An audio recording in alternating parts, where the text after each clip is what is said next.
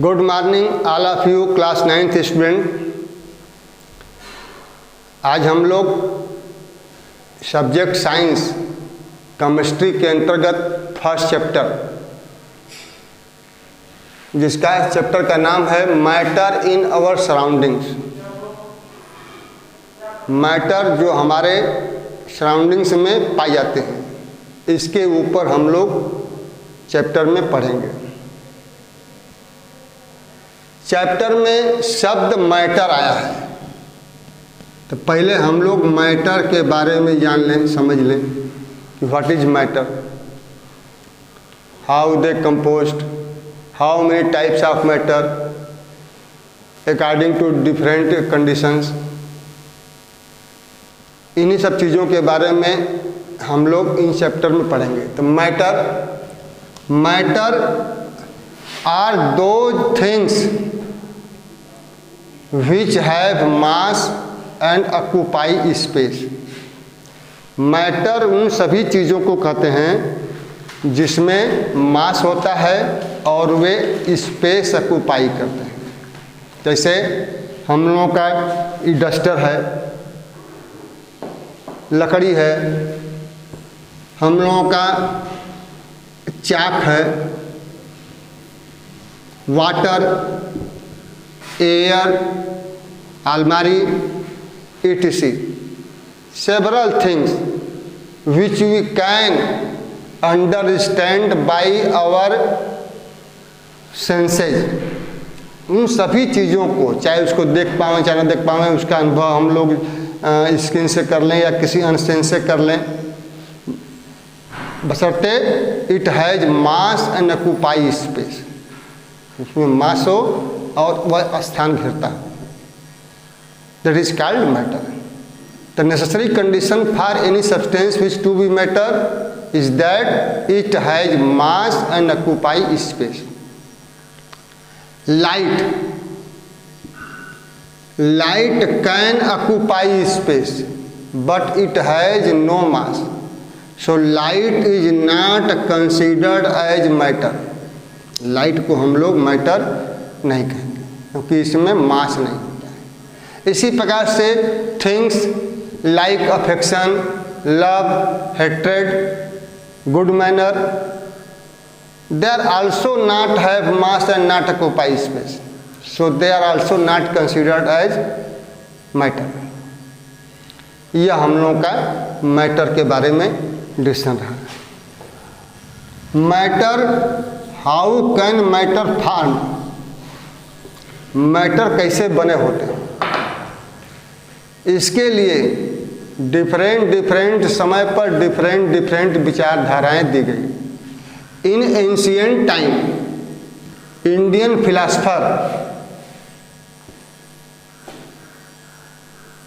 ने बताया कि all matter are composed by 5 essential things. 5 essential things, जिसको हिंदी में क्षितिजल, पावक, गगन, समीरा के नाम जानते हैं। क्षितिजल अर्थ, water, sky,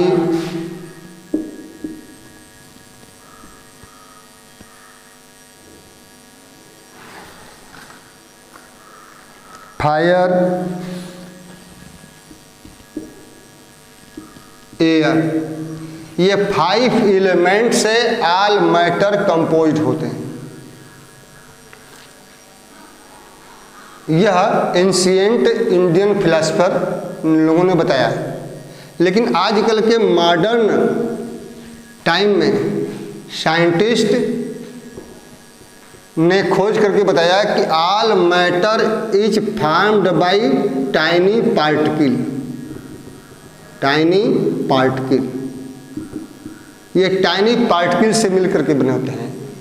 these particles are so small they can not seen with our naked eye even in under microscope.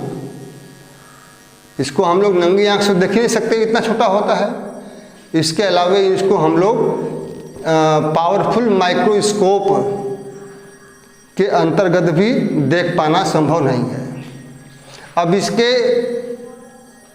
Smaller size के बारे में अंदाज लगाया जा सकता है कि एक ड्रॉप वाटर, एक बूंद अगर हम लोग वाटर ले लें तो इस समय अप्रॉक्सीमेटली 10⁻21 पार्टिकल होते हैं वाटर के। अब समझ लीजिए कि एक बूंद वाटर की साइज का अंदाजा होगा करेगा उस समय 10⁻21, 1 पर 21 जीरो। अब इसको पढ़ लीजिए कितनी बड़ी संख्या हुई, इतने पार्टिकल वाटर के होते हैं। This means particles are very very tiny, very very small. इसके अलावे अब इसका हम एविडेंस देंगे भी कुछ समय के पश्चात। फिलहाल अभी हम लोग पार्टिकल के बारे में पढ़ रहे हैं। These particle are called, later called atom and molecule. इन्हीं पार्टिकल्स को हम लोग आजकल एटम, मॉलिक्यूल के नाम से जानते हैं। अब हम लोग डिस्कशन करेंगे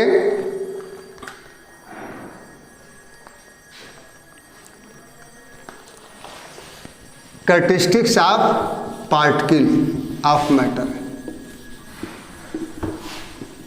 characteristics of particle of matter.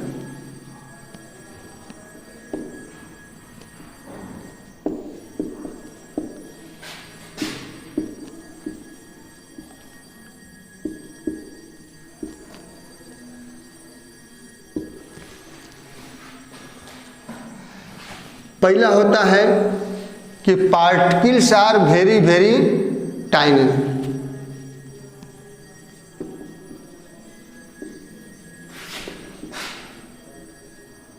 ये बहुत छोटे होते हैं। सेकेंड होता है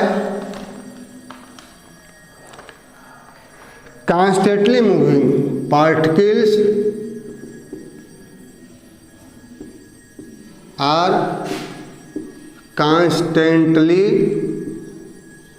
moving।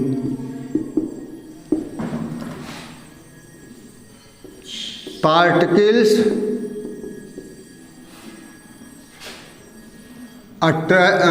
exert force to each other, exert attractional force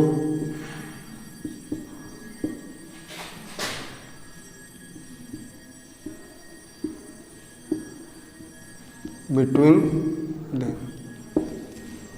Fourth, there is space between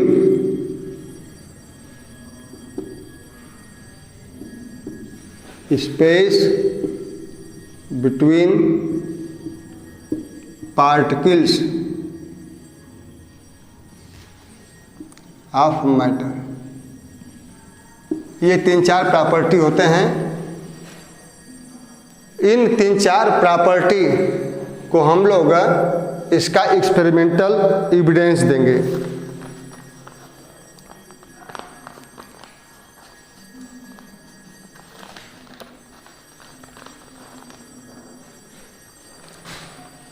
इसे पहला प्रॉपर्टी बताए हैं कि particles are very very tiny. इसको हम लोग एक एक्सपेरिमेंट करके देखेंगे कि यह कितना स्मॉल होता है। इसके लिए करें क्या हम लोग कि 3-4 बीकर लेंगे आइडेंटिकल।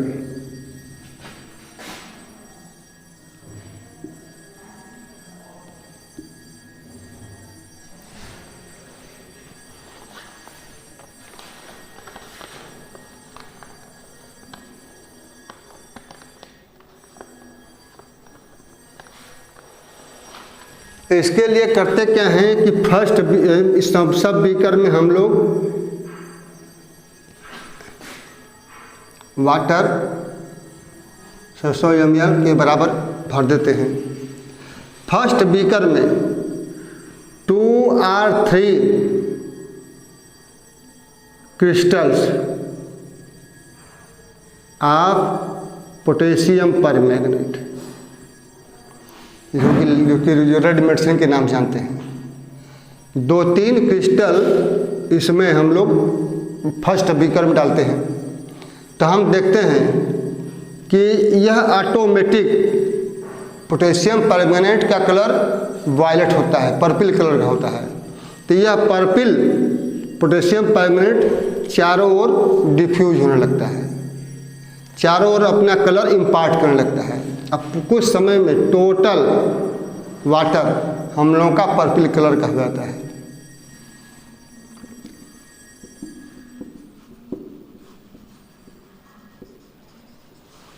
अब इसमें से करीब 10 ml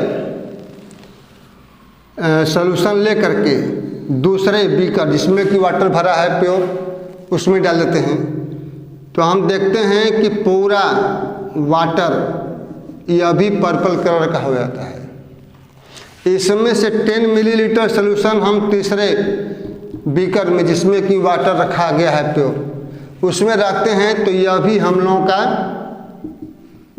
पर्पल कलर का हो जाता है। यह प्रक्रिया हम लोग 3-4-5 बीकरों में करते चले जाते हैं, तो हम देखते हैं कि एट लास्ट बीकर का भी कलर जो है पर्पल हो जाता है। हाँ, बशर्ते कि लाइट डिम होती जाती है, लेकिन पोटेशियम परमैंगनेट अपनी प्रॉपर्टी को लास्ट बीकर में भी शो करता है। इससे क्या निष्कर्ष निकला? इससे निष्कर्ष निकला कि पोटेशियम परमैंगनेट का सॉल्यूशन डाइल्यूट होता गया, लेकिन फिर भी इसकी जो साइज पार्टिकल की इतनी छोटी है कि 2-3 क्रिस्टल में इनकी संख्या इतनी अधिक है कि यह डाइल्यूशन करने के पश्चात भी अपने प्रभाव को लास्ट बीकर में भी शो करता है। इससे यह प्रूफ होता है कि potassium permanganate particle is very very tiny. इससे एक और एविडेंस का पता चलता है। इसे सेकेंड प्रॉपर्टी में बताए हैं कि particles of matter are constantly moving. तो यहाँ पर पोटेशियम परमैंगनेट का जो पार्टिकल है वाटर पार्टिकल के साथ डिफ्यूज होकर के अपने आप without any steering, without any applying external force, it diffuses in whole beaker. From this we conclude that particles of potassium permanganate is very very tiny and they constantly moving। इसी प्रकार से एक second evidence है, ध्यान दीजिए, यहाँ पर potassium permanganate water particle के साथ अपने आप विदाउट स्टीयरिंग यह डिफ्यूज हो गया है। तो अपने आप दो तरह के पार्टिकल, दो तरह के मैटर के पार्टिकल आपस में मिक्स हो जाए विदाउट एनी एक्सटर्नल फोर्स, तो this is called diffusion. Diffusion solid का सॉलिड में भी हो सकता है, सॉलिड का लिक्विड में भी हो सकता है, गैस का गैस में भी हो सकता है। किसी भी स्टेट के पार्टिकल, दो स्टेट के मैटर के बीच डिफ्यूजन की प्रक्रिया होती है, चाहे कम चाहे अधिक। इसका एक एग्जांपल और देख सकते हैं हम लोग। इसमें 2 टेस्ट ट्यूब, 2 गैस जार लेते हैं। एक गैस जार में हम लोग एयर कुछ लेते तो एयर रहता ही हर जगह, तो एयर मान लीजिए इस गैस जार में एयर है। दूसरे गैस जार में हम लोग ब्रोमीन का वेपर लेते हैं। ब्रोमीन का जो वेपर होता है यह वायलेट कलर का, और हम लोगों का ब्राउन कलर का होता है, ब्राउन कलर। इसको यह ग्लास प्लेट से इसको सेपरेट कर देते हैं, तो एयर अपने ऊपर अपने इसमें रहेगा और ब्रोमीन यह वायलेट कलर का जो ब्राउन कलर का जो ब्रोमीन नीचे वाले गैस जार में लिए हैं यह अपने सीमा में रहेगा, यह अपने सीमा में रहेगा, यह कलरलेस होगा, यह ब्राउन कलर का होगा। अगर एक समय के लिए ये जो सेपरेट करने वाला प्लेट है इसको हम हटा दें, तो हम देखते हैं